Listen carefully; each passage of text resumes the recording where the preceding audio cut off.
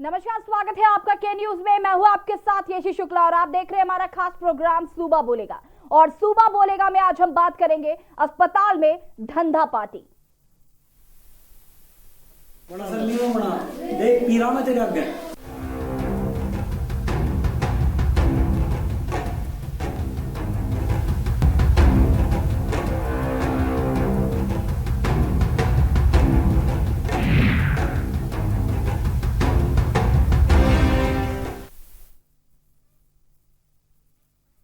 स्वास्थ्य विभाग की लापरवाही की खबरें हम आए दिन सुनते रहते हैं, पर आज हम आपको दिखाते हैं कि स्वास्थ्य विभाग में चल रहे धंधे और पार्टी की तस्वीरों को, जिन तस्वीरों ने एक बार फिर स्वास्थ्य विभाग पर सवाल या निशान खड़े कर दिए। देखिए रिपोर्ट।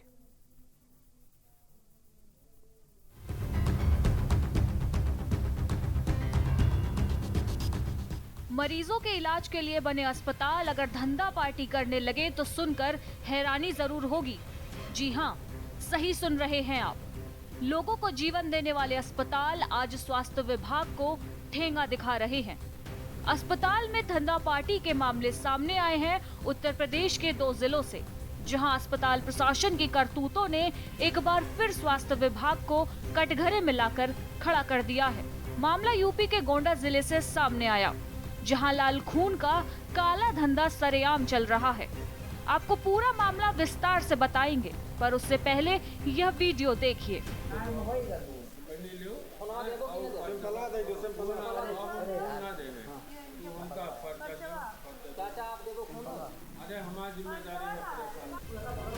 जिसे अस्पताल में मौजूद एक शख्स ने अपने कैमरे में कैद कर लिया।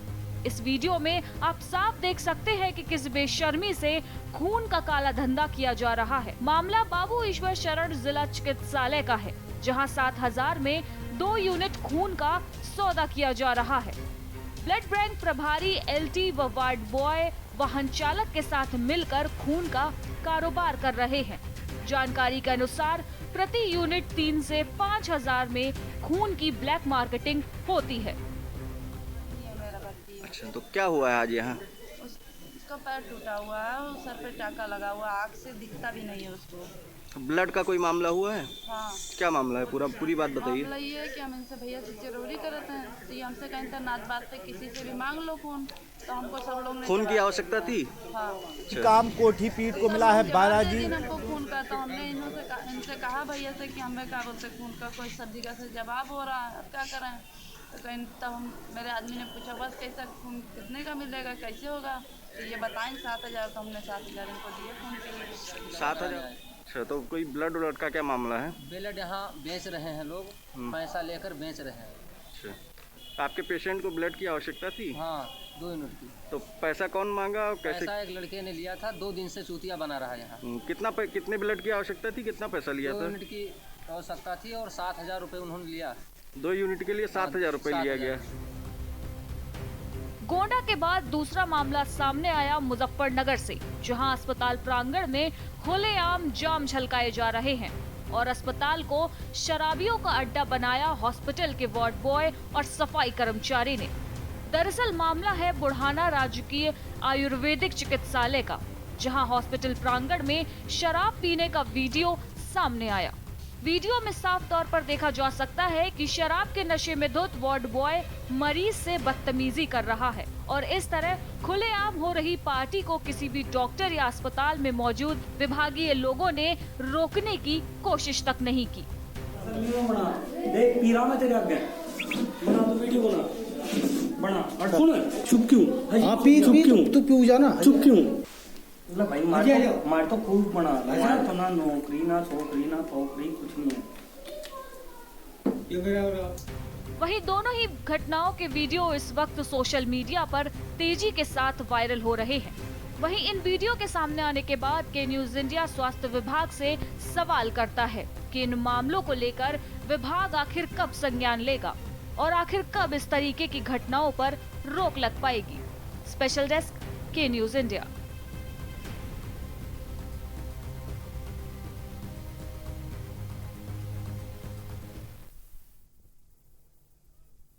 तो तो देखा आपने कि किस तरीके से स्वास्थ्य विभाग में लगातार इस तरीके की लापरवाहियां उजागर हो रही हैं, जो कि थमने का नाम नहीं ले रही हैं। स्वास्थ्य विभाग की लापरवाहियों की खबरें हम आए दिन आपको दिखाते रहते हैं। कैसे कभी कोई महिला जिसको बेड मुहैया नहीं कराया जाता, कभी मरीज के बगल में कुत्ते आराम फरमा रहे होते हैं, और कभी ब्लड का यहाँ पर धंधा किया जा रहा है गोंडा में, तो कभी शराब पार्टी की जा रही है स्वास्थ्य विभाग अस्पताल में। तो आपने देखा कि किस तरीके से स्वास्थ्य विभाग की जो लापरवाहियां हैं वो आए दिन उजागर हो रही हैं। सवाल ये है कि ये आखिर कब तक चलेगा और इन पर रोक कब लगेगी।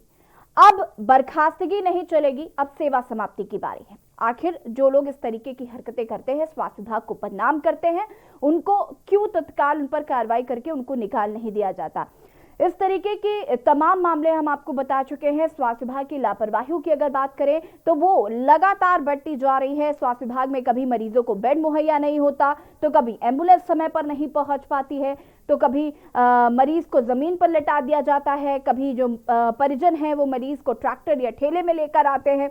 इस तरीके की तमाम तस्वीरें। और आज जो हम आपको बता रहे हैं, गोंडा में ब्लड का धंधा किया जा रहा है, जहां पर एक युवक से 10,000 रुपए लिए जाते हैं और उसको एक बॉटल में खून दिया जाता है, जरा सा खून दिया जाता है। और उसके बाद जब युवक इस बात की कंप्लेन करता है, तब वो स्वास्थ्य विभाग का जो कर्मचारी है वो उसको पैसे वापस कर देता है। लेकिन इस तरीके की लापरवाही क्यों, आखिर क्यों लोगों की जान को जान नहीं समझा जाता, क्यों खिलवाड़ किया जाता है लोगों की जान से, क्यों मजाक बनाया जा रहा है लोगों की जान का। गरीब मजलूम लोग जो सरकारी अस्पतालों में जाते हैं, क्या वो सिर्फ इसलिए जाते हैं ताकि उनका मजाक बनाया जा सके, उनको बेड मुहैया ना कराया जा सके, ताकि उनको जब इमरजेंसी हो तो उनको ट्रैक्टर या ठेले से लाया जाए, कभी डॉक्टर्स मौजूद नहीं होते। तो इस तरीके की लापरवाहियां आखिर कब तक स्वास्थ्य विभाग में देखने को मिलेंगी, क्यों कोई बड़ी कार्रवाई नहीं की जाती है। ये तस्वीरें जो आपको टीवी स्क्रीन पर दिखा रहे हैं, यहाँ पर आप देख सकते हैं कि शराब पार्टी चल रही है और इस युवक का तो साफ तौर पर कहना है कि भाई हम तो शराब पियेंगे, आपको जो करना है कर लो। इतनी हिम्मत आती कहां से है, कौन देता है इनको इतनी हिम्मत। अगर सही समय पर कार्रवाई कर दी जाए और इनको बर्खास्त कर दिया जाए, इनको नौकरी से निकाल दिया जाए, तो इस तरीके की हरकतें शायद कोई करने से डरे, लेकिन खाना पूर्ति कर दी जाती है। और आज हम इसी पर चर्चा कर रहे हैं कि आखिर स्वास्थ्य विभाग में हो रही लापरवाहियां कब रुकेंगी और इस तरीके के लोगों पर कार्रवाई कब होगी, इन्हें कब इनके काम से हटाया जाएगा। हमारे साथ AK शुक्ला जी जुड़े हुए हैं, जो कि पूर्व CMO लखनऊ से हैं।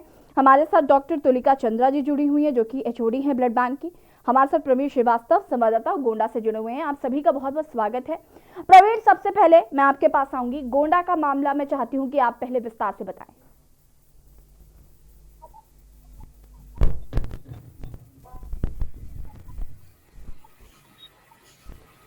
प्रवीण, आपको आवाज आ रही है हमारी?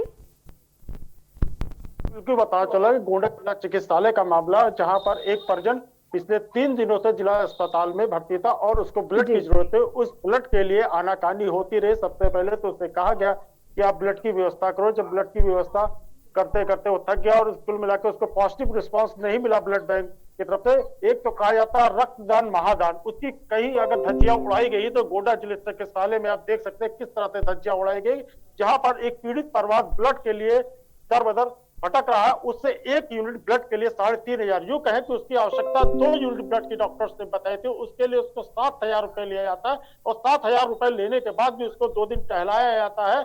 और इस बात से जब वो परिवार इतना व्यथित हो जाता है तो इसकी शिकायत लेके पहुंचता है। और जब इसको संज्ञान में आता है कि इसकी शिकायत हो रही है, तो उसी वहीं के कर्मचारी मिलकर इस मामले को किसी तरह से सबसाइड कराने का प्रयास करते हैं और उसका पैसा वापस कर। अब आप सोचने वाली बात यह है कि यदि ये इस तरह की घटनाएं मीडिया के कैमरों में नहीं कैद होगी तो ये कितना बड़ा गोरख धंधा जो चलता आ रहा है, जिसमें कहीं ना कहीं इस ब्लड बैंक के प्रभारी और LT की कहीं ना कहीं संदिग्ध भूमिका, जो आप कहें कि निचले स्तर से लेकर उच्च स्तर तक, इसमें कहीं ना कहीं लोगों नीच स्तर से लेकर उच्च स्तर तक के अधिकारियों का कहीं ना कहीं इन्वॉल्वमेंट है कि जिस तरह से गोरख धंधा दिन रात फल फूल रहा है, मगर इस पर कोई एक ऐसी कार्रवाई नहीं हो सके कि जिससे इसकी कभी पुनरावृत्ति ना हो सके भविष्य में। प्रवीण, मैं आपसे जानना चाहूंगी कि आपने क्या स्वास्थ्य विभाग के अधिकारियों से इस बात की कंप्लेन की, उनका क्या कुछ रुक रहा? जी, मैंने बिल्कुल बात करने की कोशिश की। अभी रिसेंटली अभी मेरे चीफ CMO गोंडा से बात हुई। उनका कहना था कि जो 100 चालक का वाहन था जिसकी इसमें संलिप्तता पाई गई, उनका कहना था उसको तत्काल प्रभाव से निलंबन किया गया है। मगर सबसे सोचने की बात है कि हमेशा गाज छोटे ही कर्मचारी पे क्यों गिरती है, उच्च स्तर तक इसकी जांच क्यों नहीं होती। अगर इसकी जांच उच्च स्तरीय हो तो निश्चित रूप से इसे दर पर खुलेगी और कई लोग लपेटे में आ सकते हैं।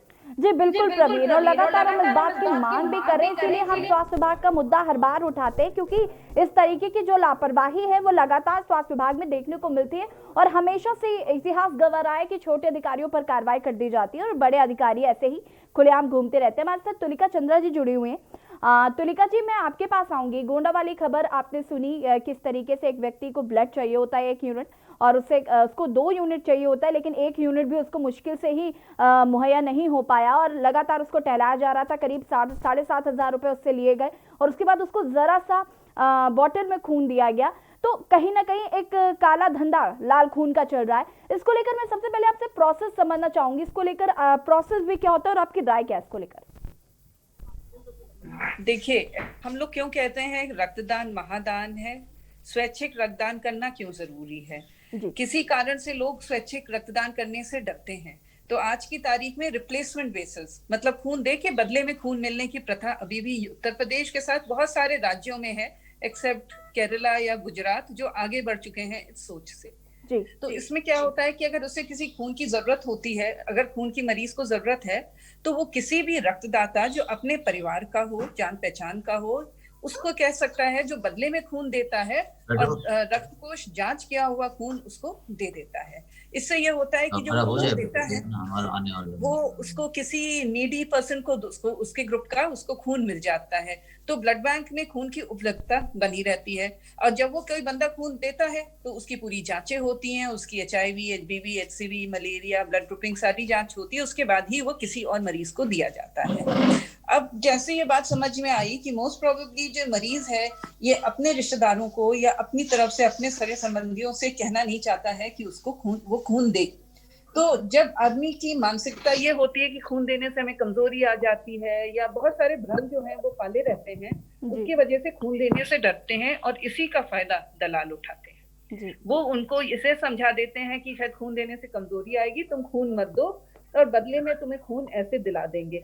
एक बात समझिए, कभी भी खरीदा हुआ खून कभी भी ठीक नहीं होगा, संक्रमित होगा, उसमें बहुत सारी चीजें होंगी जिससे उनके मरीज को नुकसान होगा।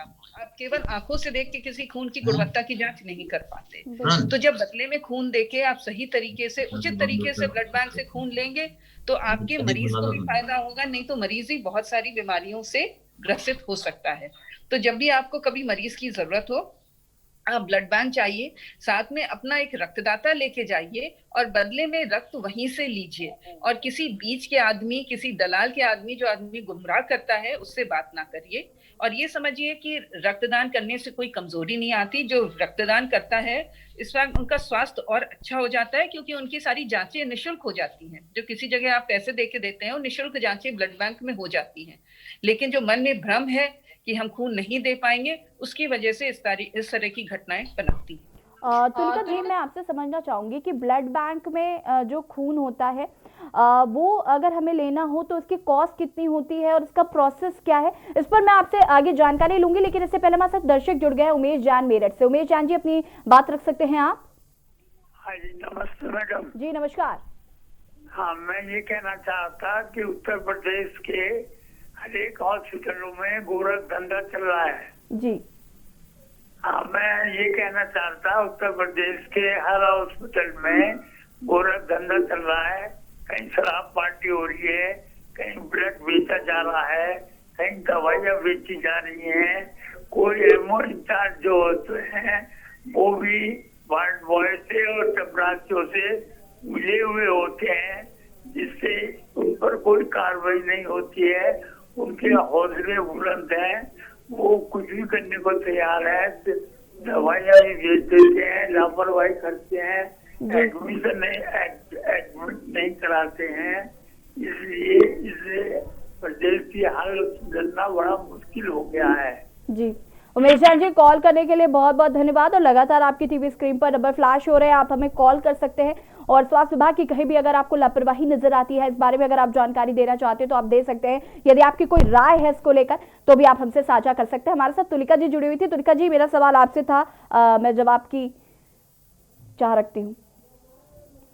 ये ऐसा है, जो ब्लड बैंक जो सरकारी अस्पताल में सब निशुल्क खून दे रहे हैं, उसमें खून का कोई चार्ज नहीं है, ये सरकार की तरफ से जियो हो गया है। तो यदि आपसे कोई कहता है कि मैं पैसा लेके आपको खून दिलवा दूंगा, मैं जनरल पब्लिक के लिए कह रही हूँ जो सरकारी अस्पताल में भर्ती हैं, तो आप ये समझ लीजिए संभावित वो किसी तरह का गलत कार्य करके ही खून दिलवा रहा है, क्योंकि ब्लड बैंक में निःशुल्क खून सब सरकारी अस्पतालों में मिल रहा है। तो कभी भी उसके झांसे में मत आइए, क्योंकि आपको लगेगा कि आपको खून मिल गया है, लेकिन आप एक चीज बात समझिए, केवल खून मिलना ही जरूरी नहीं, खून गुणवत्ता पूर्वक होना चाहिए जिससे आपके मरीज को फायदा हो। जैसे अगर आपको उसने खून कहीं गलत तरीके से गलत खून दिलवा दिया तो वो आपके मरीज का जो ब्लड रक्त बढ़ने की जगह रक्त कम हो जाएगा, हीमोडाइल्यूशन। अगर उसका हीमोग्लोबिन 6 ग्राम% हुआ, आपका मरीज 8 ग्राम% में है, तो उसका आपके मरीज को नुकसान होगा, खून चढ़ाने से फायदा नहीं होगा। बिना जांच किया खून होगा तो उसमें रिएक्शन होने के चांसेस ज्यादा हैं। नहीं तो जैसे मैंने बताया HIV, hepatitis B, hepatitis C, malaria, syphilis जैसे भयानक रोग से भी संक्रमित हो सकता है जो आपको तुरंत नहीं पता चलेगा। इससे बहुत जरूरी है कि आप कभी भी किसी के प्रलोभन में मत आइए कि मैं पैसे देके, अगर कोई आपसे कह रहा है खून दिलवा देगा, तो वो आपको संक्रमित खराब खून ही देगा, सही खून नहीं देगा। कोशिश करिए, रक्तदाता लाइए, और धीरे धीरे अगर एक औसतन एक अंदाज है कि अगर जितने भी हेल्दी लोग हैं, जो 18 से 65 वर्ष के बीच के लोग खून दे सकते हैं, जिसका वजन 50 किलो से ज्यादा, कोई बीमारी नहीं है, और ऐसे अगर 2% भी हमारी पॉपुलेशन के ब्लड स्वैच्छिक रक्तदान हर 3-3 महीने में करते रहें, तो कभी भी किसी को खून की कमी ही नहीं होगी। लेकिन जब तक हम अपने कदम आगे नहीं बढ़ाएंगे, तब तक हम लोगों को गलत रास्ते पे चलने का कहीं ना कहीं रास्ता खोल देंगे, क्योंकि जो डर रहा है उसको प्रलोभन देने वाले बहुत सारे लोग आ रहे हैं और उसको गलत इस्तेमाल कर रहे हैं। इसलिए जरूरी है अवेयरनेस और लोगों को समझाना कि गलत लोगों से प्रलोभन के चक्कर में ना पड़ के स्वयं जाइए, रक्तदान करिए और बदले में रक्त ले। यही वजह है कि रक्तदान को महादान कहा जाता है। और हमारे साथ अवधेश लखनऊ से जुड़े हुए हैं, दर्शक हैं। अवधेश, अपनी बात रख सकते हैं आप? अवधेश, अपनी बात रख सकते हैं आप?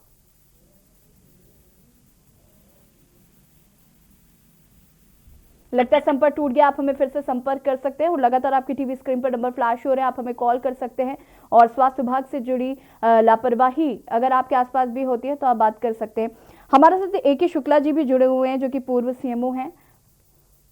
AK शुक्ला जी, मैं आपसे जानना चाहूंगी, जिस तरीके से स्वास्थ्य विभाग की लापरवाहियां आए दिन उजागर हो रही हैं, कभी बेड नहीं मिलता है मरीजों को, कभी एम्बुलेंस नहीं मिलती है, तो कभी डॉक्टर्स नदारत रहते हैं, कभी मरीजों के बगल में कुत्ते लेटे होते हैं, और आज तो हद हो गई, आज शराब पार्टी की जा रही है स्वास्थ्य विभाग में। और उसके बाद जब मरीज उसे कहता है कि नहीं आप ये नहीं कर सकते हैं, तो उनका ये कहना है कि भाई हम करेंगे, आपको जो करना है कर लो। तो इतनी हिम्मत आती कहाँ से? क्यों कोई कार्रवाई नहीं की जाती ऐसे लोगों पर? धन्यवाद बुलाने के लिए। जो ये शिकायतें आती हैं, प्राय बेड नहीं मिलना, एम्बुलेंस नहीं मिलना, अस्पतालों में गंदगी, कुत्ते इत्यादि घूमना, ये स्थितियां उचित नहीं है। कहीं ना कहीं दर्शाती है कि हमारा जो चिकित्सालय प्रबंधन है इसमें कहीं ना कोई त्रुटि है। तो जहां तक रही बात इसकी कि शराब पार्टी हो रही है, मैं नहीं जानता कि जनपद का मामला है, अभी स्पष्ट नहीं हुआ है। अगर कोई चिकित्सालय में चिकित्सक या कोई स्टाफ अगर शराब पार्टी कर रहा है तो ये बहुत ही निंदनीय कार्य है, और आपके माध्यम से ये मामला उजागर हुआ है। इसमें सभी के खिलाफ सख्त कार्रवाई की जानी चाहिए। यहाँ तक कि जो चिकित्सालय वरिष्ठतम अधिकारी हैं उनके विरुद्ध कार्रवाई की जानी चाहिए, जो दर्शाता है कि उनका नियंत्रण इत्यादि शिथिल है या वो खुद कहीं न कहीं तरीके के क्रियाकलापों में शामिल है। अन्यथा मैंने भी काफी नौकरी की है, इस तरीके की शिकायत मेरे संज्ञान में नहीं आई कि वार्ड में, ओपन में, किसी चिकित्सालय में कोई भी अधिकारी इत्यादि शराब पिए। कभी कभी ये शिकायतें जरूर मिलती थी, चतुर्श्रेणी कर्मचारी या पोस्टमार्टम रूम में कुछ कर्मचारी शराब पी लेते हैं, उनके खिलाफ भी कार्रवाई की गई। मामला है, मैं समझ नहीं पा रहा हूँ, बहुत ही निंदनीय है।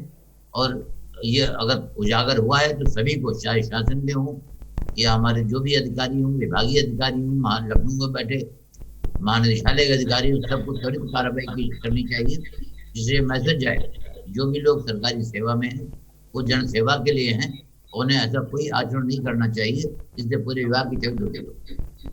जी बिल्कुल AK शुक्ला जी, जिस तरीके से ऐसी तमाम तरीके की लापरवाही आज स्वास्थ्य विभाग से हमेशा सामने आती है और हमेशा ये मुद्दा उठाते हैं, और बड़ी बात है कि हमेशा जब छोटे लोगों पर कार्रवाई की जाती है, छोटे अधिकारियों पर कार्रवाई करी जाती है, कर्मचारियों की पर कार्रवाई की जाती है, बड़े अधिकारियों पर कार्रवाई कब होगी? क्योंकि कहीं ना कहीं उनकी संलिप्तता भी इसमें प्राप्त होती है।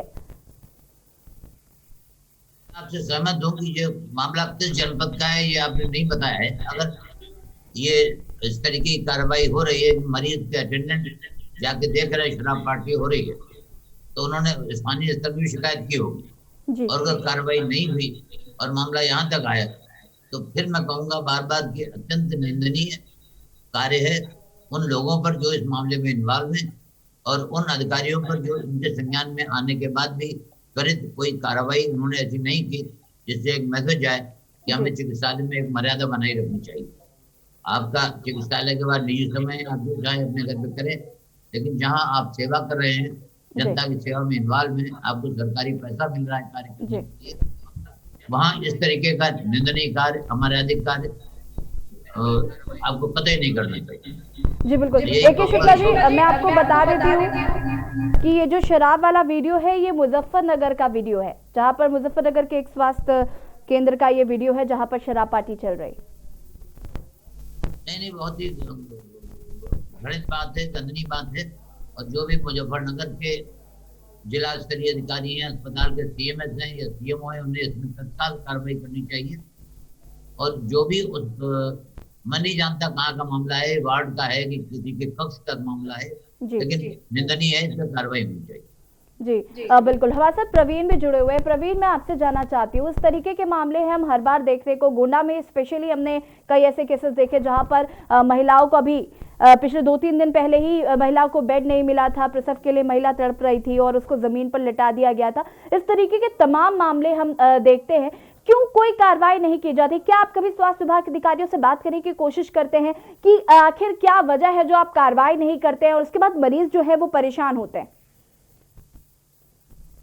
जी, कार्रवाई की जाता कि यशी मैं आपको बताना चाहूंगा, कार्रवाइयां हमेशा होती है, मगर कार्रवाइयों का जो होना चाहिए जिस तरह से कार्रवाई उस तरह से नहीं होती। शिकायतें होती हैं, रोजमर्रा कोई ना कोई इस तरह की शिकायतें आती रहती है, मगर शिकायतों के लिए जब भी आप संबंधित उच्च अधिकारी से आप बात करते हैं तो एक जांच समिति बनाने की बात करते हैं। जांच समिति बनाने के बाद उसके बाद कार्रवाई की बात करते हैं, मगर वो जांच समिति कब बनती है, उस पर कार्रवाई कब होती है, इस बड़ा सोचनीय प्रश्न है कि उसका कोई भी सार्थक पहलू निकल कर नहीं आता है कि कार्रवाई आखिर हुई तो कितनी हुई। जबकि मैं आपको बहुत ही दुखद बात है कि जहां देश के प्रधानमंत्री और मुख्यमंत्री योगी आदित्यनाथ जी पर हर एक प्रदेशों की स्थिति है जहां पे स्वास्थ्य विभाग पे कई अरबों रुपए का बजट प्रतिवर्ष दिया जाता है, मगर वहां की दुर्दशा को अगर आप देखते हैं, जब इस तरह की दुर्दशाएं की तस्वीरें जो कैमरों में कैद होकर हमारे आपके सामने आती है, दर्शकों के सामने, तो काफी दुखदायी होता है। मैं आपको बताना चाहूंगा गोंडा के स्तर की बात, जहां पर 3 दिन पहले के न्यूज ने खबर को प्रमुखता से दिखाया था, जहां महिला अस्पताल में एक महिला घंटों फर्श पे पड़ी रही और उसके बाद उसको जब ये बात मीडिया के संज्ञान में है तो उसको तुरंत तत्काल उसको लखनऊ रेफर कर दिया गया। वही कल की बात है रेलवे चिकित्सालय के, जहां पर एक मरीज घंटों फर्श पे पड़ा रहा मगर उसको इलाज मुहैया न करा सका, और वही कल रात की ये घटना है जहां ब्लड को लेकर इस तरह से पैसे की मांग की गई। कहने की बात सिर्फ इतनी, स्वास्थ्य विभाग की सेवाएं पूरी तरह से चरमरा गई है। आप योगी आदित्यनाथ जी, आपकी योजनाएं बहुत अच्छी है, आप योजनाएं बनाते भी हैं, मगर योजनाएं जहां बनती है मगर वो धरातल पे नहीं उतरती है। अगर योजनाएं धरातल पे उतरे और इस तरह के संबंधित अगर शिकायतें अगर ये आती है, अगर इसके ऊपर एक ऐसी जांच समिति बनाई जाए और उसके ऊपर कार्रवाई की जाए और उस जांच को फॉलोअप किया जाए, अगर जांच को फॉलोअप किया जाए तो निश्चित रूप से परिणाम सार्थक आएंगे और इस तरह की कार्रवाई होनी चाहिए कि भविष्य में इस तरह की घटनाओं की कोई पुनरावृत्ति न कर सके। बिल्कुल प्रवीण, कहीं ना कहीं इस तरीके के मामले जब आते हैं तो अपने आप में दुख भी होता है और काफी शर्मनाक तस्वीरें होती हैं ये। AK शुक्ला जी, मैं आपके पास आऊंगी। अभी जैसे कि गोंडा का ये 2-3 दिन पहले का ये मामला है जहां पर एक महिला प्रसव के टाइम पे हॉस्पिटल पहुंचती है और उसको जमीन पर लिटा दिया जाता है और काफी देर तक डॉक्टर्स उसको देखने नहीं आते हैं और जब देखने आते हैं तो वो उसको लखनऊ रेफर कर देते हैं और महिला की स्थिति काफी नाजुक होती है। इस तरीके की लापरवाही स्वास्थ्य विभाग में की जाती है। गोंडा से आज एक और तस्वीर सामने आई जहां पर ब्लड बैंक में एक व्यक्ति ब्लड लेने के लिए जाता है तो उससे पहले तो मोटी रकम ऐंठी जाती है और उसके बाद उसको खून बहुत जरा जरा सी बॉटल में दिया जाता है और वो भी पता नहीं कि वो खून अच्छी क्वालिटी का है भी या नहीं है, या जिस तरीके से मानक जो चाहिए होता है खून वैसा है कि नहीं, इसकी भी कोई गारंटी नहीं है। तो इस तरीके की चीजें क्यों होती? देखिए, अभी जैसा डॉक्टर तुलिका चंदा जी ने बताया जी कि ब्लड हमेशा भी कोई भी हो, हमारा मरीज अगर कुछ चाहिए तो उसके रिश्तेदारों को से अपेक्षा की जाती है कि वो सरकारी ब्लड बैंक में ही जाए या जो अधिकृत ब्लड बैंक है वहां जाए। अगर एक काउंटर से ही ब्लड लेगा, ब्लड देने से पहले ब्लड देने वाले की पूरी जांच होगी, जो ब्लड सैंपल आता है उसकी पूरी जांच होती है, पूरी ब्लड की एनालिसिस होती है, ब्लड हेल्दी है, देने लायक है या नहीं है। अगर वो काउंटर से लेगा, प्रॉपर रसीद पे लेगा तो कोई धोखाधड़ी की बात नहीं बनती। अगर किसी ने छोटी सी शीशे में लाकर ब्लड दे दिया तो स्पष्ट है कि कहीं ना कोई इसमें कोई खेल हुआ है, कोई धोखाधड़ी हुई है, और इसके लिए वो व्यक्ति भी जिम्मेदार है, कंज्यूमर, जो इस तरीके से काउंटर में जाकर भी बाहर ब्लड की शीशी ले रहा। इतने पढ़े लिखे व्यक्ति को जागरूक आज होने की आवश्यकता है। जब सरकार ने इतनी व्यवस्थाएं कर रखी, हर जगह बोर्ड लगे हुए, अस्पतालों में ब्लड बैंक बने हुए, ब्लड बैंक में सारी सुविधाएं लिखी हुई है, नियम लिखे हैं, कहाँ ब्लड दे, कहाँ से रिक्वायरमेंट दे, कहाँ से ब्लड ले, कहाँ ब्लड आपका लिया जाएगा, जांच होगी। तो इस तरीके के दलाल में चक्कर में क्यों फंसते? नहीं फंसना चाहिए। जी बिल्कुल। लेकिन शुक्ला जी, कहीं ना कहीं इस तरीके की लापरवाही जो है वो लगातार स्वास्थ्य विभाग के सामने आती है, लेकिन स्वास्थ्य विभाग जो है वो समय से अभी अपनी जिम्मेदारियां नहीं ले रहा, और कहीं ना कहीं जिम्मेदारों की ये जिम्मेदारी बनती है कि इस तरीके से अगर कहीं भी मामला सामने आता है तो तत्काल उन लोगों पर कार्रवाई करनी चाहिए जो इन सब चीजों के पीछे जिम्मेदार है। लगातार स्वास्थ्य विभाग की लापरवाहियों की खबरें हम आए दिन आपको दिखा रहे हैं, और लगातार हम ये भी बता रहे हैं आपको कि किस तरीके से स्वास्थ्य विभाग में लापरवाही हो रही है और लापरवाहियां थमने का नाम नहीं ले रही। फिलहाल यहाँ पर वक्त हो गया एक छोटे से ब्रेक का, जल्द हाजिर होंगे।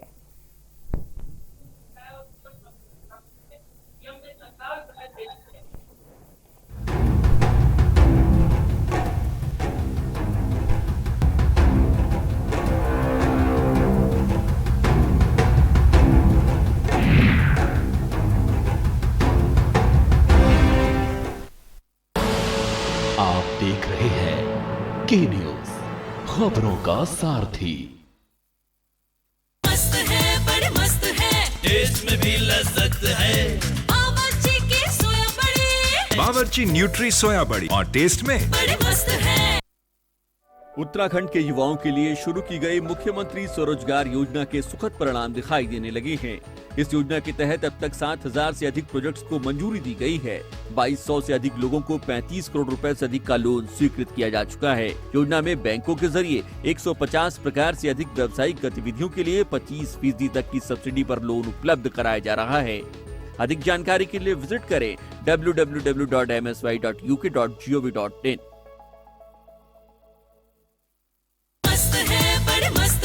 टेस्ट में भी लज्जत है, बावर्ची की सोया बड़ी, बावर्ची न्यूट्री सोया बड़ी, और टेस्ट में बड़े मस्त है। स्वाद और खुशबू में झूम के भाई लेके आए गोल्डी मसाले। गोल्डी मसाले, खुशबू और स्वाद ऐसा तो रिश्तों में गुस्सा कैसा। फिट रहना है तो फिटनेस हेल्थ ऑयल ले आओ। You are correct. हाँ, करेक्ट होता है बाबूजी। सही बोले हैं, तो ले आइए फिटनेस हेल्थ ऑयल। आप देख रहे हैं के न्यूज, खबरों का सारथी। बड़ा सल्ली बना देख पीरा में तेरे आगे।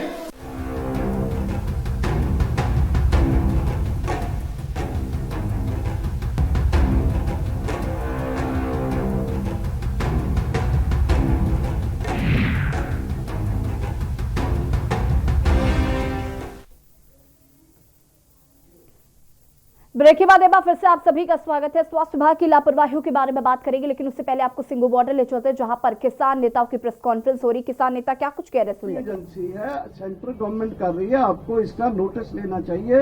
तब तोमर जी ने वादा किया था कि ठीक है, इस मीटिंग के बाद हम इसके ऊपर नोटिस लेके इसका जानकारी लेके आपको बताएंगे, नेक्स्ट बैठक में क्या बोलते हैं ये देखेंगे। लेकिन इसका हम पूरे किसान संगठनों की तरफ से निंदा करते हैं और ये कहते हैं कि इसको हम कोर्ट में ही नहीं, लीगली भी इसके खिलाफ लड़ेंगे, और साथ साथ इसके खिलाफ जो जन आंदोलन चलता है इसमें उसकी NIA या केंद्र सरकार का जो ये एक अनडेमोक्रेटिक काम जो है या एक इनह्यूमन जो काम है, जिसमें हमें डराने की धमकाने की कोशिश की जा रही है, इसका हर तरह से हम मुकाबला करेंगे।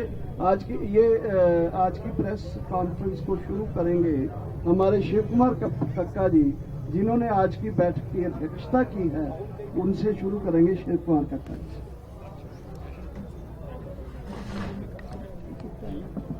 मीडिया के समस्त साथियों को का अभिवादन, वंदन, स्वागत है। बंधुओं,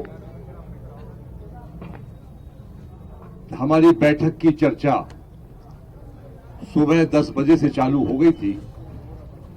10 बजे 7 मेंबरी कमेटी की बैठक हुई।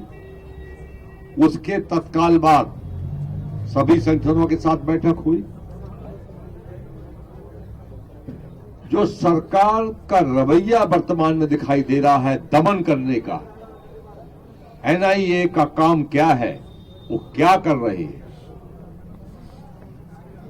निर्दोष लोगों को बंद कर रहे हैं। जो इस आंदोलन में थोड़ा भी सहयोग करने वाले लोग हैं, चाहे वो अढ़ेती हों, चाहे वो बड़े काश्तकार हों, चाहे वो ट्रेडर हों, उनको परेशान करने का काम कर रहे हैं।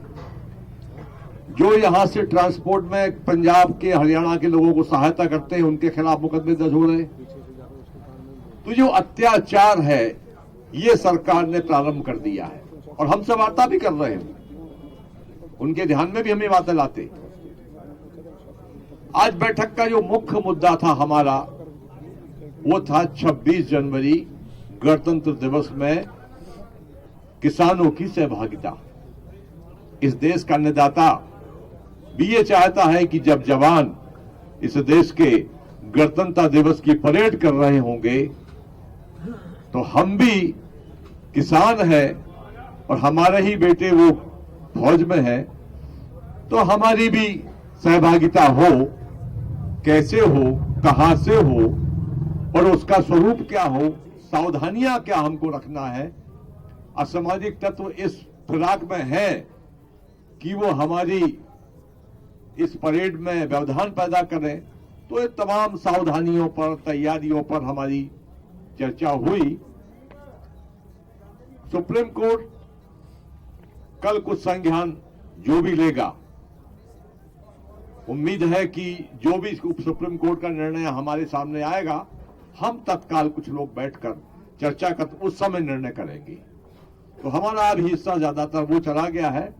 अभी तक 121 किसान हमारे इस आंदोलन में शहादत दे चुके हैं। उनको हम सभी साथियों के साथ बार बार श्रद्धांजलि देते हैं। हरियाणा में एक यात्रा चालू हुई है अभी गांव-गांव में, वो जा रही है यात्रा राष्ट्रीय किसान महासंघ के बैनर पर।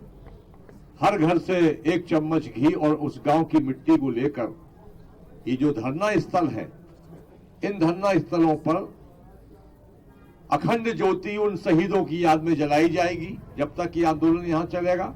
वो जो मिट्टी गांव-गांव से लेके आ रहे हैं, उससे उस धरना के पास में हमारे जो साथी हैं, जो धरने के अलग अलग मुखिया हैं, वो वहां पर वृक्षारोपण करेंगे उन शहीदों की याद में। बाकी मैं अपने साथियों को देता हूं, वो आपसे चर्चा करेंगे। साथियों, आपको ध्यान होगा 4 दिन पहले हमने 26 जनवरी रिपब्लिक डे प्रोग्राम के बारे में आपको कुछ बताया था। आप में से साथियों ने पूछा था कि जी एग्जैक्टली क्या होगा। हमने कहा था 17 तारीख को मीटिंग है, 17 तारीख को मीटिंग में हम फैसला लेंगे और आपको उसके बारे में बताएंगे। तो उसी के हिसाब से आज हमने जो तय किया है उसके 5 सूत्र मैं आपको पढ़ के सुना देता हूं। यही बात हम एक लिख के अंग्रेजी में भी रिलीज कर देंगे। पहला, पूर्व घोषित कार्यक्रम के अनुसार 26 जनवरी को किसान गणतंत्र परेड का आयोजन दिल्ली के भीतर किया जाएगा। 2 तारीख को हम घोषित कर चुके थे प्रेस कॉन्फ्रेंस में कि ये परेड होगी, दिल्ली के अंदर होगी। जवान के साथ किसान भी गणतंत्र दिवस पर गण की संप्रभुता का उत्सव मनाएगा। गणतंत्र दिवस क्या है? गण ऊंचा है, बाकी सब छोटा है, जनता ऊंची है, सर्वोच्च है। उसे हमारा जवान मनाता है यूनिफॉर्म पहन के, लेकिन ये जो जवान है ये तो यूनिफॉर्म में किसान है, तो किसान भी मनाएगा अपने गण की संप्रभुता का उत्सव। Point number 1। 2, यह परेड आउटर रिंग रोड की परिक्रमा कर आयोजित की जाएगी। ये जो आउटर रिंग रोड दिल्ली की है, पीरागढ़ी से जनकपुरी, धौला कुआं, मुनीर का IIT, खेलगांव, चिराग दिल्ली, नेहरू प्लेस, ओखला, मजनू का टीला, बुराड़ी, आजादपुर, रोहिणी, ये वाली जो बाहर वाली रोड है 50 किलोमीटर के करीब है, इसकी परिक्रमा करके आयोजित की जाएगी। हम आशा करते हैं कि दिल्ली और हरियाणा का पुलिस प्रशासन इस आयोजन में कोई बाधा नहीं पहुंचाएगा। हम आप सबके माध्यम से सूचना दे रहे हैं, हमारा यह फैसला है, हम देश को और जनता को, अपने साथियों को, सबको खबर दे रहे हैं। तीसरा, यह परेड पूरी तरह से शांतिपूर्ण रहेगी। किसी भी किस्म के हथियार, हिंसक कार्रवाई और भड़काऊ भाषा पर बिल्कुल मनाही रहेगी। यह हमने पिछली बार भी कहा था, शांति इस आंदोलन का सबसे बड़ा हथियार है। आज उस शांति की बदौलत पंजाब के किसानों ने हासिल किया और पिछले 2 महीने से शांतिपूर्ण आंदोलन से ही हमने हासिल किया, इसको किसी भी कीमत पे हम छोड़ेंगे नहीं। चौथा, गणतंत्र दिवस परेड में कोई विघ्न नहीं डाला जाएगा। ये जो औपचारिक राजपथ पे गणतंत्र दिवस की परेड होती है, उसमें किसी किस्म का कोई विघ्न, कोई उसमें डिसरप्शन, कोई उसके अंदर गड़बड़ी बिल्कुल नहीं डाली जाएगी। किसी राष्ट्रीय स्मारक या प्रतीक पर हमला, कब्जा करने की कोई कोशिश नहीं होगी। ये सब इसलिए कहना पड़ रहा है, वो कभी लाल किले की बात हो जाती है, कभी राजपथ की बात हो जाती है, कभी पार्लियामेंट बिल्डिंग की बात हो जाती है। हम बिल्कुल स्पष्ट कर देना चाहते हैं, ऐसे किसी, ये सब हमारे सम्मान के प्रतीक हैं, इस पे कब्जा, हमला, धावा, कोई ऐसी हमारी नियत नहीं है। हर वाहन पर, चाहे ट्रैक्टर हो, कोई भी और व्हीकल होगा, हर वाहन पर राष्ट्रीय ध्वज और साथ में किसी भी किसान संगठन का झंडा होगा। जैसा मैंने पिछली बार भी शायद कहा था, इस तिरंगे की आन बान शान को हम 1 इंच भी कम नहीं होने देंगे, इसको ऊंचाई उठाएंगे। किसी भी पार्टी के झंडे की मनाही होगी, कोई पॉलिटिकल पार्टी का झंडा नहीं। इस सब के बारे में हमने हमेशा सावधानी बरती है, तो इस मूवमेंट के दौरान भी यही होगा।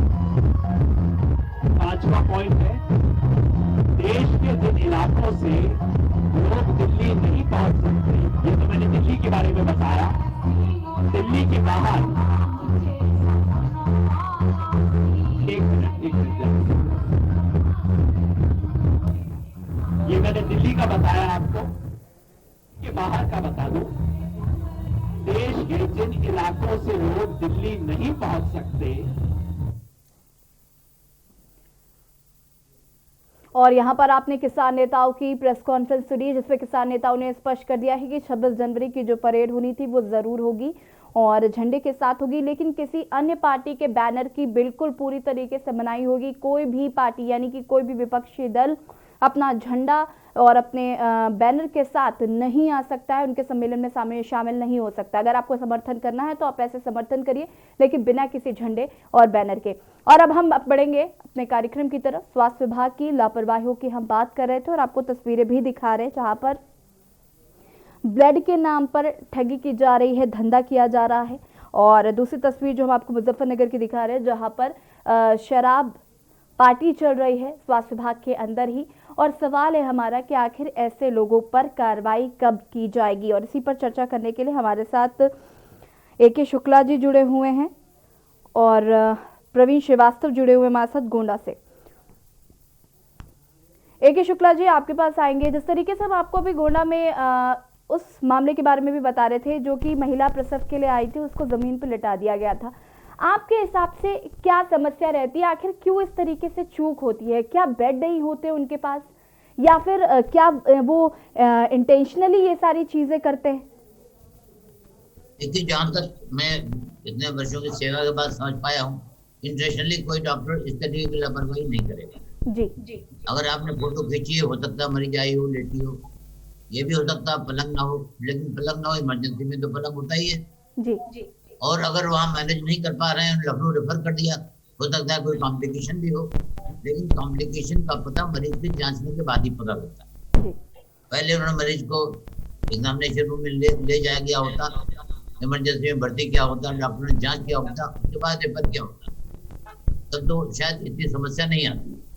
मरीज के रिश्तेदारों ने भी इस बात को नहीं बताया कि मरीज को पहले अंदर ले गए, उनकी जांच की, उसके बाद रेफर किया। जांच के बाद रेफर करना तो समझ में आता, लेकिन जैसे की रिपोर्टिंग है बाहर फर्श पर लेटी रही और वहां से सीधे बिना देखे हुए उसको लखनऊ रेफर कर दिया गया। अगर ये सही है तो गलत है, निंदनीय है। वहाँ के जो भी चिकित्सालय के प्रभारी है उनके दायित्व पर बहुत ही ज्यादा कर्तव्यहीनता है।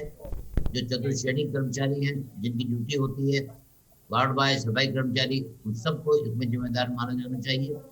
और जो सूचना तंत्र होता है मुख्य चिकित्सा अधीक्षक, हर जो स्मार्ट सीएमओ होते हैं वो हर जगह अपने कुछ ऐसे लोगों को रखते हैं जो चिकित्सालय की एक एक छोटी छोटी घटना के बारे में उनको सत्य जानकारी देते हैं।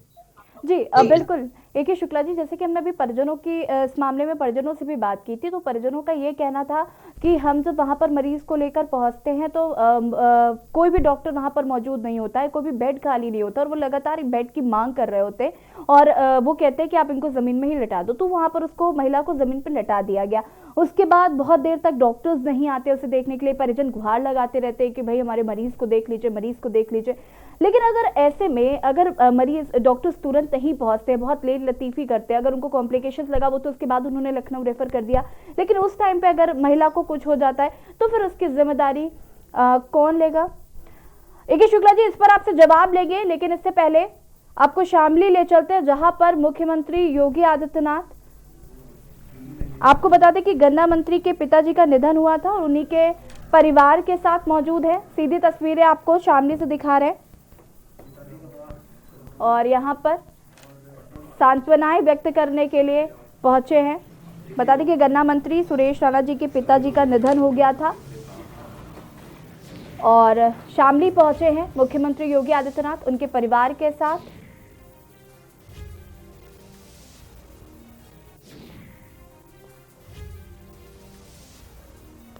आपको बता दें कि प्रदेश अध्यक्ष स्वतंत्र देव सिंह भी मुख्यमंत्री योगी आदित्यनाथ जी के साथ मौजूद हैं। अवनीश अवस्थी जी भी यहां पर मौजूद है।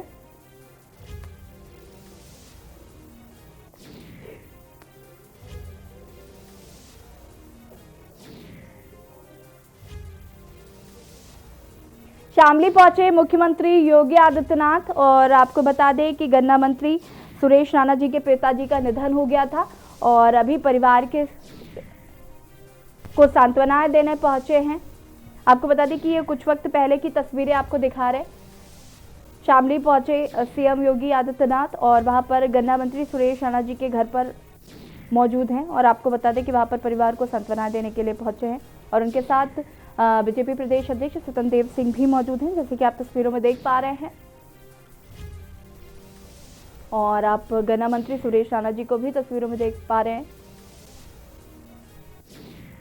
शोक व्यक्त करने के लिए पहुंचे हैं मुख्यमंत्री योगी आदित्यनाथ और सांत्वनाएं दे रहे हैं। ये तस्वीरें आपको शामली से दिखा रहे हैं जहां पर गन्ना मंत्री सुरेश राणा जी के घर पर मुख्यमंत्री योगी आदित्यनाथ मौजूद थे। आपको बता दें कि उनके पिताजी का निधन हो गया था और इसी वजह से वो शामली पहुंचे हुए थे। हमारे साथ AK शुक्ला जी जुड़े हुए हैं। AK शुक्ला जी, मैं आपको बात बता रही थी, आपसे जवाब चाहूंगी।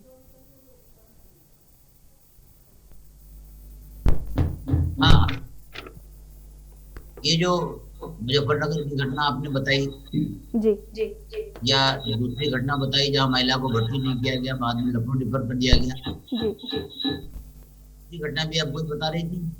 ब्लड बैंक वाली, जिस तरीके से ब्लड बैंक में आज धांधली की जा रही, ब्लड बैंक खून को लेकर, हमें प्रतिदिन ऐसी घटनाएं होती जी। इस समय सबसे ज्यादा आवश्यक है हर चिकित्सालय के जो प्रबंध तंत्र के लोग हैं, CMS हैं, चिकित्सा अधीक्षक हैं या जो भी OPD के इंचार्जेस हैं, उनको एक निगाह रखनी चाहिए। सबसे पहले मरीज एंटर करता है तो काउंटर पर जाता है जहाँ पर्चा बनाया जाए। जो पर्चा बनाने वाले होते हैं उनका भी दायित्व होता है कि प्रथम दृष्टया देखें कि मरीज खुद चल के आया है, स्ट्रेचर पर है, लेटा हुआ है, उनको इसकी सूचना देनी चाहिए और उसको पर्चा बना करके इमरजेंसी में भेजना चाहिए।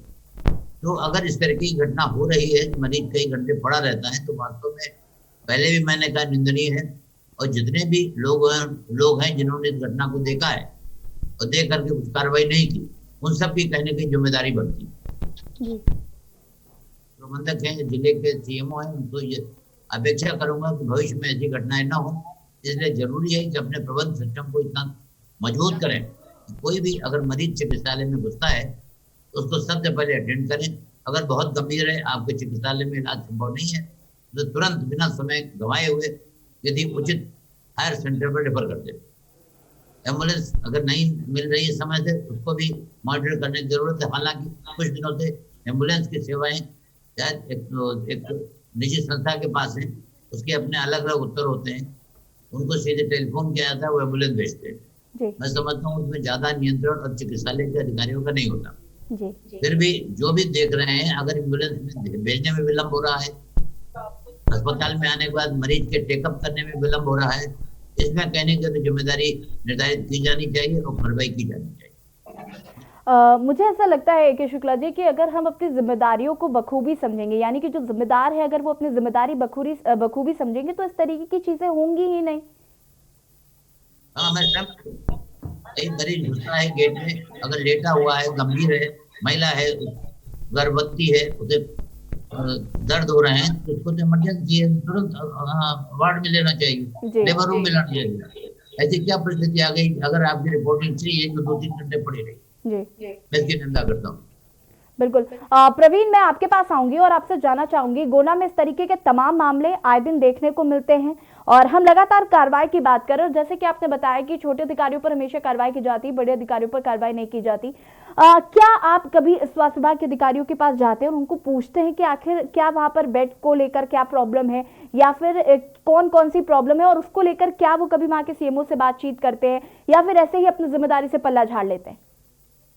निश्चित रूप से ये यूँ कहा जाए, जब भी जनपद में इस तरह की घटनाएं होते हैं, ये रूटीन वर्क में हम जब भी अधिकारियों से मिलते हैं और उनसे बात करने का प्रयास करते हैं तो बात भी होती है, और वो कहते भी जब उनकी कोई समस्याओं से अवगत कराते हैं तो उनका एक ही जवाब होता है, आपके द्वारा बताई हुई बातें हमारे संज्ञान में आई है। इस बातों पे आप ध्यान दीजिएगा। उनके द्वारा हमेशा ये कहा था कि आपके द्वारा बताई हुई बात हमारे संज्ञान में आई है, हम इसकी जांच करेंगे। मगर बात फिर वहीं पर आके बैठती कि 7 दशक बीत जाने के बाद निंदनीय, शर्मनाक ऐसी घटनाओं के शब्दों का प्रयोग तो किया जाता, मगर आज तक इस पर सार्थक कार्रवाई क्यों नहीं होती है? अगर सार्थक कार्रवाई इतनी ठोस प्रमाणता के साथ अगर होती तो शायद हालात ये ना होता कि 7 दशक बीत जाने के बाद कि हम देश में स्वास्थ्य विभाग की व्यवस्थाएं जो है लचर व्यवस्थाएं आज ना होती।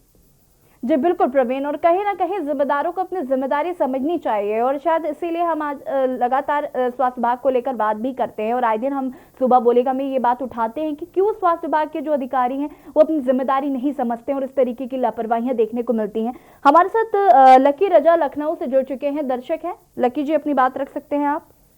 जी मैम, नमस्कार। नमस्कार। देखिए, आपका ये सबसे पहले तो मैं आपको बधाई देना चाहूंगा कि एक आम आदमी की आवाज को आप जिस तरीके से उत्तर प्रदेश में दिखा रहे हैं वो बहुत अच्छी बात है। जी, मैं ये कहना चाहूंगा कि जिस तरीके से उत्तर प्रदेश के सरकारी अस्पताल हो या प्राइवेट अस्पताल हो, जो एक लूट का माहौल बना हुआ है, ये बहुत ही दुखद है। जी। और हमारे साथ हमारे सीएमओ साहब बैठे हुए हैं, शुक्ला जी, मैं इनको बहुत अच्छे से जानता हूँ, जब ये लखनऊ के सीएमओ थे। तो मैं शुक्ला जी से कहना चाहूंगा कि शुक्ला जी, आप तो उस टाइम सीएमओ थे जितने टाइम पे कितनी घोटाले NRHM हुए थे, उसमें कहीं ना कहीं आपके ऊपर भी एक बात उठी थी, मुझे याद है, बहुत अच्छे से मैंने पेपर में पढ़ा था। और मैं ये कहना चाहूंगा कि कोई भी सरकार आती है तो ये इस तरफ जो है कोई ध्यान क्यों नहीं देता है कि मतलब गरीब आदमी अगर किसी हॉस्पिटल में चला जाता है तो इस तरीके से उसको लूट लिया जाता है। प्राइवेट हॉस्पिटल हो, चाहे लारी कार्डियोलॉजी हो या मेडिकल कॉलेज हो, मेडिकल कॉलेज में तो उसको सही इलाज ही नहीं मिल पाता है, क्योंकि मेडिकल कॉलेज में वही भर्ती हो पाता है जिसकी कोई सेटिंग होती है, कहीं से कोई ना कोई सोर्स लगा के आता है तो उसको जो है वहां पर भर्ती हो पाती है। आम आदमी के लिए समझ लिए बिल्कुल नरक बना दिया है, और ये योगी जी की सरकार से उम्मीद नहीं थी। जिस तरीके से योगी सरकार में इतने बड़े बड़े घोटाले हुए हैं, कोरोना को लेकर, किट को लेकर जो घोटाले हुए हैं, तो कहीं ना कहीं प्रश्न चिन्ह लगाता है। लकी जी, बहुत दुखद है ये सब। बिल्कुल, कॉल करने के लिए बहुत बहुत धन्यवाद और अपनी बात रखने के लिए भी आपका बहुत बहुत धन्यवाद। जिस तरीके से हम स्वास्थ्य विभाग की लापरवाही की बात कर रहे हैं और दर्शक भी हमें कॉल करके अपनी राय दे रहे हैं, अपनी बात रख रहे हैं कि किस तरीके से स्वास्थ्य विभाग में वाकई लापरवाही हो रही है, जिम्मेदार अपनी जिम्मेदारियों को नहीं समझ रहे हैं। AK शुक्ला जी, आपके पास आऊंगी मैं। जिस तरीके से आपने देखा है कि अभी दर्शक ने भी ये बात कही कि कहीं ना कहीं जो मेडिकल कॉलेज है या फिर जो गवर्नमेंट हॉस्पिटल है वहां पर लोग जाने से डरते हैं, क्योंकि उनको लगता है वहां पर उनको इलाज सही ढंग से मुहैया नहीं हो पाएगा। डॉक्टर्स वहां जरूर अच्छे होते हैं, इसमें कोई दो राय नहीं है कि सरकारी अस्पताल में भी डॉक्टर्स बहुत अच्छे होते हैं, लेकिन फर्क सिर्फ इतना है कि कुछ अपनी जिम्मेदारी को समझते हैं और कुछ अपनी जिम्मेदारियों से पल्ला झाड़ लेते हैं। मैं कहना चाहूंगा कि जो हमारे रेफरल हॉस्पिटल्स होते हैं, या जिला अस्पताल हो या मेडिकल कॉलेज हो, यहाँ मेडिकल कॉलेज में पूरे प्रदेश से लोग रेफर होते हैं, तो मरीजों की संख्या बहुत ज्यादा बढ़ जाती है। OPD के घंटे निर्धारित होते हैं। इस परिस्थितियों में विलम्ब होना कभी कभी अनअवॉइडेबल हो जाता है। डॉक्टरों को अगर उनको एक मरीज को देखने में आप औसतन 5 से 10 मिनट भी लगे, तभी आप अंदाजा लगा सकते हैं कि सुबह 9 बजे से लेकर के 3-4 बजे तक कितने मरीज देख सकते हैं।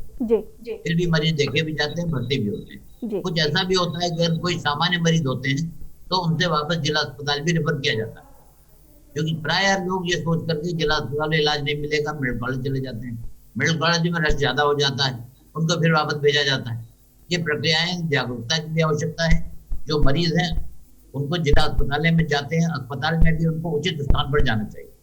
जी AK शुक्ला जी, आप हमेशा एक बात कहते हैं कि बिल्कुल जो लोग जिम्मेदार हैं इन सब कांडों के पीछे, उन पर कार्रवाई जरूर करनी चाहिए। अगर हम और स्वास्थ्य विभाग की बात ना करके गोंडा के स्वास्थ्य विभाग की बात कर लें तो यहाँ से ही आए दिन इतने मामले सामने आते हैं। मैं आपको एक एक करके गिना भी सकती हूँ कि आए दिन, अभी एक हफ्ते में कितने मामले आए हैं। पहला तो एक मामला आया था जहाँ पर मरीज के बगल में कुत्ते लेटे हुए थे। महिला जो प्रसव के लिए गई हुई थी उसको जमीन पर लेटा दिया गया था। एक बार एक मरीज जो है वो स्ट्रेचर में, उसके परिजन जो है वो ठेले में लाद कर लेकर आए थे। गोंडा से इस तरीके की तस्वीरें बार बार आती है और आज जो मामला सामने आया कि ब्लड बैंक में धांधली की जा रही है, लोगों को बेवकूफ बनाने का काम किया जा रहा है। इस तरीके की तमाम खबरें गोंडा के स्वास्थ्य विभाग से। ये एक आपको बता रहे एक बात कि गोंडा में किस तरीके से ये सब चीजें हो रही हैं, उसके बावजूद यहाँ पर कोई कार्रवाई नहीं की जा रही। तो मेरा सवाल सिर्फ इतना है कि जब इस तरीके के मामले सामने आते हैं, आपके संज्ञान में भी लाए जाते हैं, तो फिर क्यों कार्रवाई नहीं की जाती, क्यों मामले से पल्ला झाड़ लिया जाता है? मेरा सवाल बस इतना है कि जब आपको पता चल जाता है, कम से कम उसके बाद तो आपको कार्रवाई जरूर करनी चाहिए। उसके बावजूद आप कार्रवाई नहीं करते और आए दिन फिर इस तरीके से मामले बढ़ते चले जाते हैं।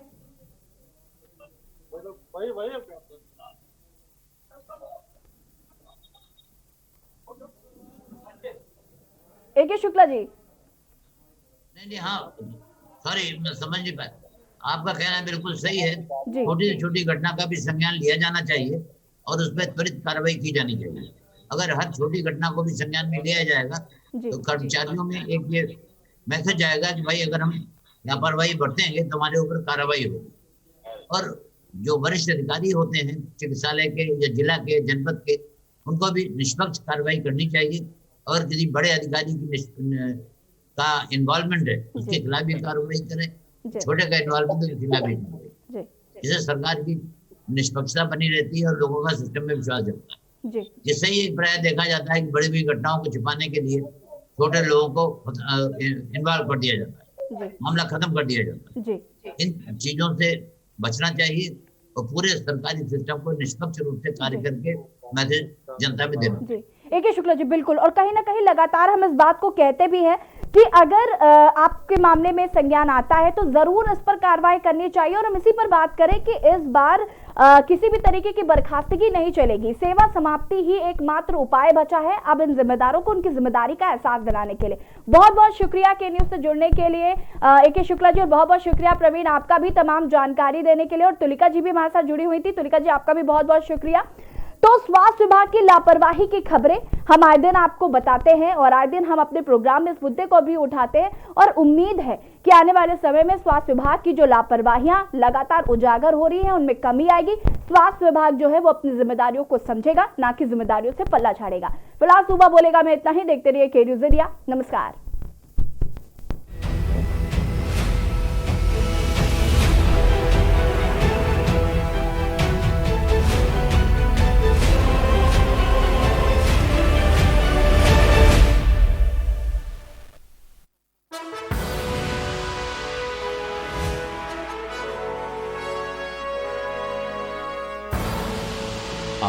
देख रहे हैं के न्यूज, खबरों का सारथी।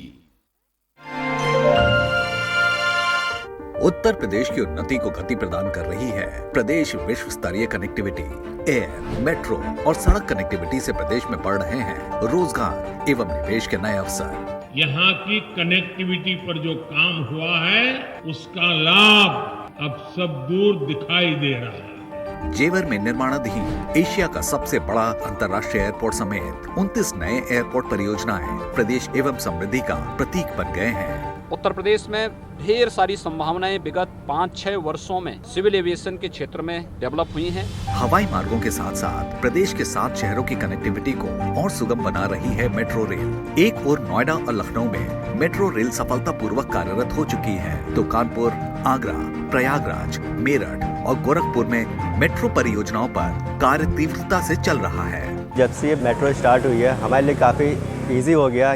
मैं इसके लिए सरकार का काफी धन्यवाद करना चाहूँगा। प्रदेश के विकास पथ को नई ऊर्जा दे रही है राज्य में विकसित होते 1353 किलोमीटर लंबे 5 अत्याधुनिक एक्सप्रेसवे। इसके साथ साथ सड़कों का चौड़ीकरण और सुदृढ़ीकरण का कार्य भी तेजी से चल रहा है। इन एक्सप्रेसवे ने राज्य में कनेक्टिविटी के नए मानक स्थापित किए हैं, तो साथ ही एक्सप्रेसवे से जुड़ते क्षेत्रों में औद्योगिक निवेश एवं युवाओं के लिए रोजगार की अपार संभावनाएं भी बन रही हैं। बेहतर और अत्याधुनिक कनेक्टिविटी से खुल रही है उत्तर प्रदेश की प्रगति की नई राहें। खुदी को आजमाया है तो ये अंदाज आया है, खुदी को आजमाया है तो ये अंदाज आया है। तुम में भी मैं हूं, शुद्ध प्लस पान मसाला। आपने 1997 में स्टार्ट किया ये बिजनेस, लेकिन उससे पहले का बैकग्राउंड आपका क्या था? क्या मजदूरी पे पिसाई करते थे। अमेठी जानी जाती है आपके नाम से। कहते हैं कि आपने उसको पूरी तरीके से बंधक बना लिया, जो आप चाहते हैं वही होता है। अचानक से आपका मोह कैसे भंग हो गया भारतीय जनता पार्टी और संघ से, और आप समाजवादी पार्टी की तरफ चले गए? उधर सपा ने आपको अपनी पार्टी से निष्कासित कर दिया। कोई भी कैबिनेट मंत्री आता है, कोई भी बड़ा आदमी आता है तो सीधा आप ही के घर में आता है।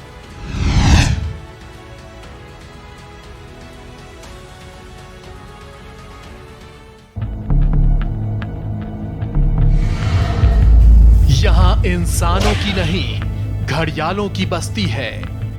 यहाँ आम नहीं बबूल उगता है। यहाँ खेती अनाज की नहीं दुश्मनी की होती है। चंबल का पानी प्यास बुझाता नहीं भड़काता है।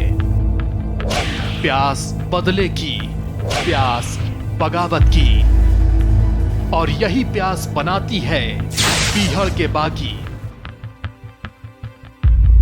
देखिए हर शनिवार और रविवार रात 8 बजे प्रबुद्ध चौहान के साथ पीहड़ के बागी।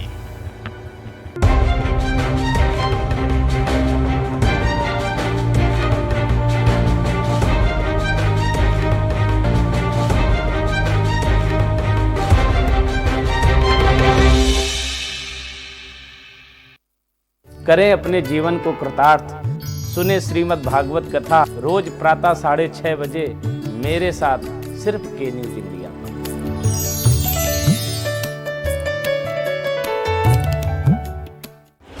जब आपकी सोच को अंधेरा घेर ले तो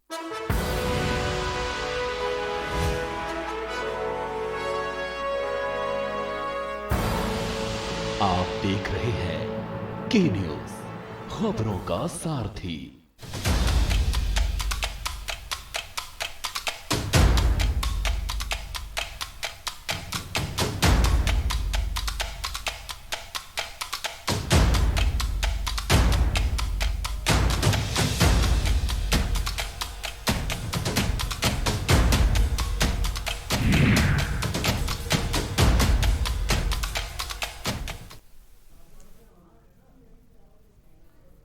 नमस्कार, स्वागत है आपका के न्यूज में। मैं हूं आपके साथ विशाल। आप सब देख रहे हैं हमारा खास show upper cut. Upper cut में आज हम लोग बात करेंगे